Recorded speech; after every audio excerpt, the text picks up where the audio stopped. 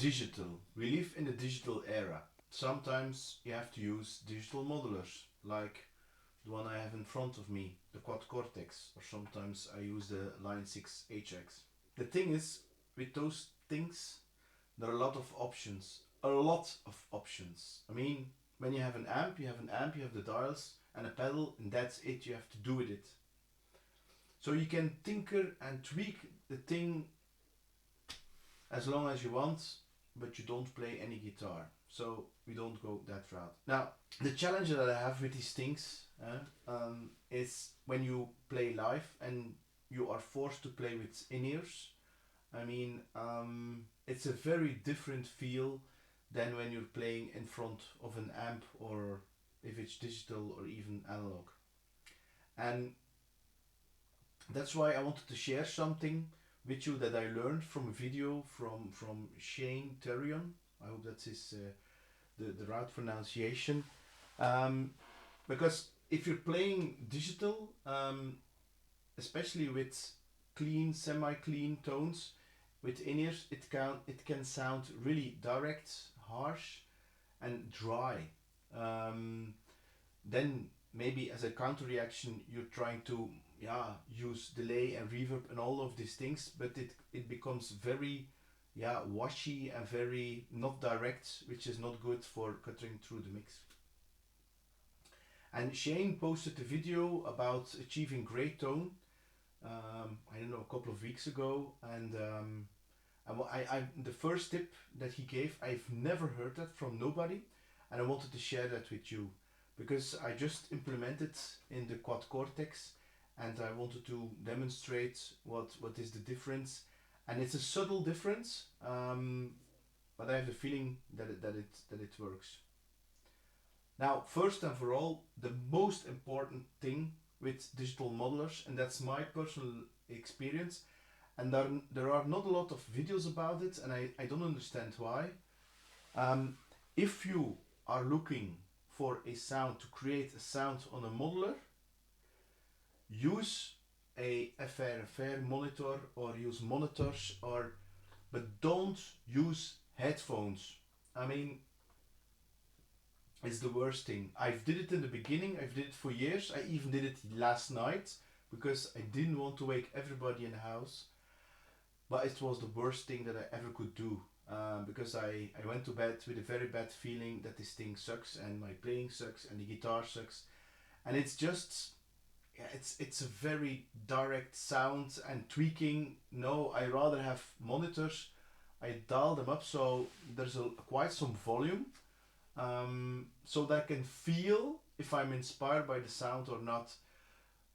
And I know monitors and FRFR monitors, they're going to color the sound, so it will never ever be exactly the same when you're in a live environment. But at least when you're playing with yourself or playing at a lower volume, you will sound great and you will feel inspired. So please use some kind of amp or monitors or something, so you can create a sound instead of plugging directly in with headphones, because headphones are not made for that. Okay, that's the first thing. Use some kind of amplification. Now, the big tip. This is the video. It ain't rocket science, but let me give you my thoughts. Okay, first, before I get into the specific pedals, let me talk about reverb versus delay and why I prefer delay and my thoughts. All right, so reverb, or as Robin Ford calls it, reverb, I guess is our friendly Brit pronunciation. There's a lot of things about reverb that can kind of mess up your tone if you overdo it. And sometimes guys will send me clips of themselves playing, and it's so drenched in reverb, it's hard to hear what's going on. So I generally prefer a very short delay, now even less than a slap back. And I'll show you kind of how I'm doing it. I'm playing through a Fender Twin Reverb Blackface model, which is one of my favorite amps. It's kind of ironic, I've turned the reverb off. It's got one of the best reverbs ever. So it's completely dry. A lot of my favorite amplifiers don't even have reverb, and I'll go over that in a sec. So using a delay pedal. Now, this is a Boss DD3. Any old delay will do. Pretty much anyone will work. It doesn't matter if it's expensive or not, analog, digital, whatever. This is just a Boss delay. And the trick is you turn the delay time really, really, really low. And then you turn the level really low as well, probably lower than you think. And you turn the feedback up a little more than you think, and you get kind of something like this. Here's dry. Here's with it engaged. Hear that? It's almost a slap, but not quite. So here it is if I'm playing like...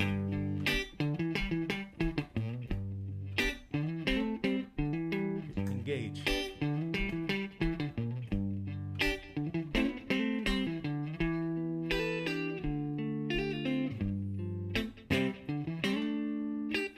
I generally like that. Now we're going to do this. Okay, let's open up the Cortex control for the Quad Cortex so you can follow with me.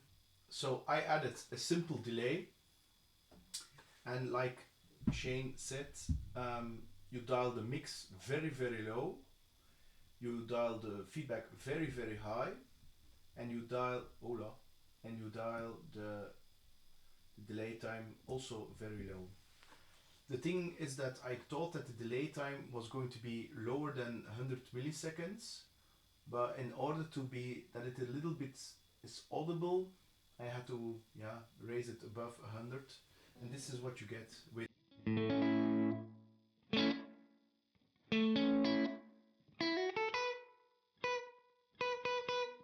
And this is what you get. This is what you get without. I'm going to turn it off.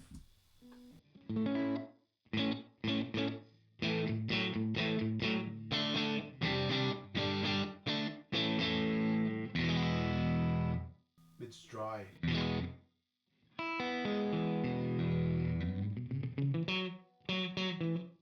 Then if I turn the reverb, I'm going to first try with reverb.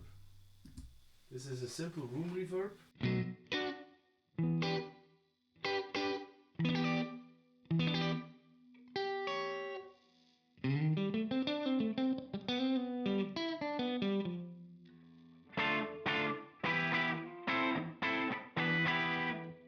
This is without.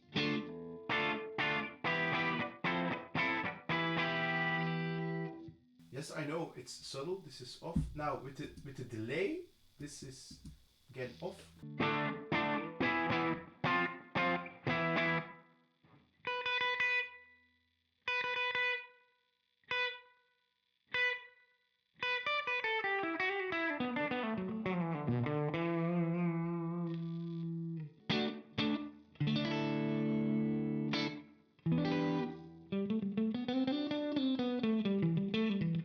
It's very subtle, but for me it feels like the notes are thicker. I don't know if it's audible for you.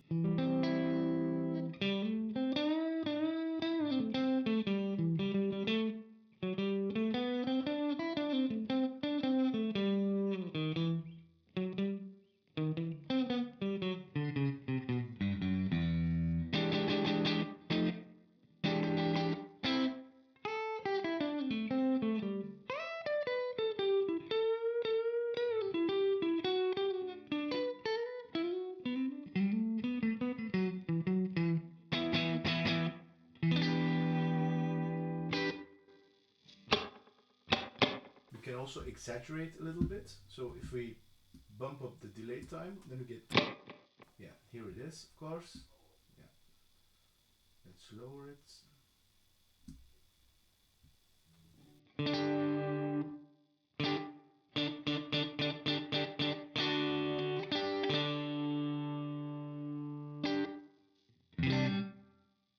Of course, if we add the mix,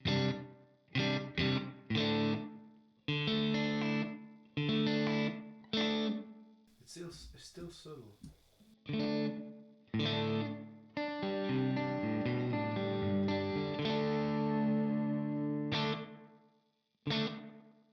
Now you can hear it. That's way too much.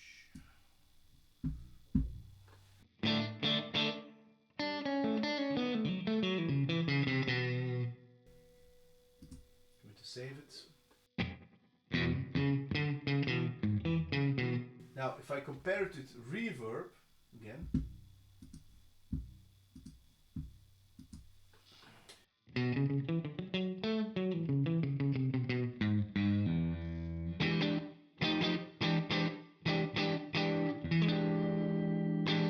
it is a very subtle difference. I prefer more the delay. This is the first time ever that I learned this. I've never, nobody ever told me this. So I really like this.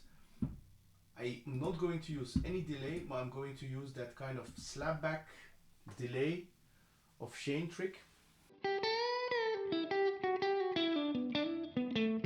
And of course, I know the more rockabilly certain artists are going to use slapback, but for me, this is a very, very, very. This is not slapback. I know it's in the category of slapback, but it's not.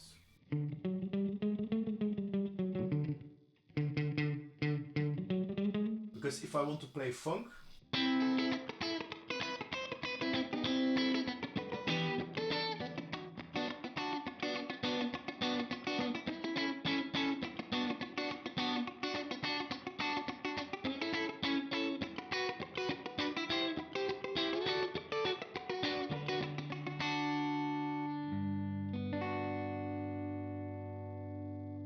of course this sounds very nice and it's more easier to play.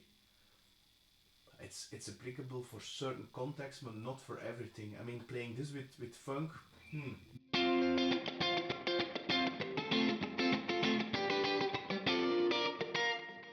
it's too much, of course.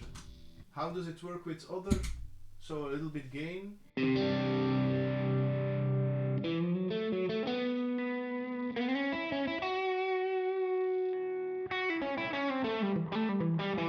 Yeah, you can feel that it's widening. It's widening, so it makes it easier to play. So I don't have to use that much gain to create, because that subtle feeling gives me more sustain. I don't want to use a lot of gain.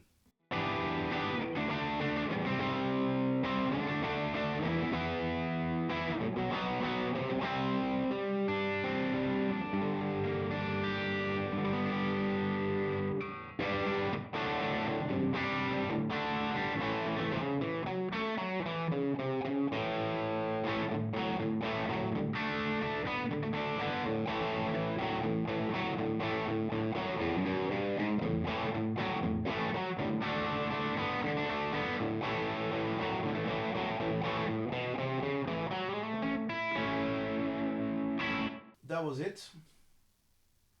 I'm going to now use this in a live context. Yeah, I'm very, very excited about this trick, and because I like reverb. At the same time, the more gain you're using, yeah, it then the reverb is fighting with the gain, unless that's your ambition, of course. So I'm Peter George. I hope you find this interesting. And yes, there are two other tips that Shane has mentioned, and I'm also going to discuss them in the coming weeks, especially one of them. I'm really curious to find out what you think about this. Did you also discover this? Did you try this? Are you more of a reverb? Are you really playing flat, no reverb, dry? Yeah, I want to hear.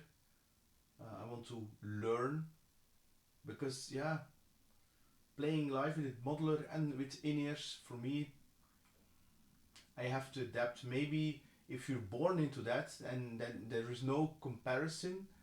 And I'm not saying that the analog side of playing is better. It's just different. I like the feel of an amp. I like to feel the music. I wish you all the best, you beautiful souls. Enjoy your life and this beautiful universe, and make your day fantastic.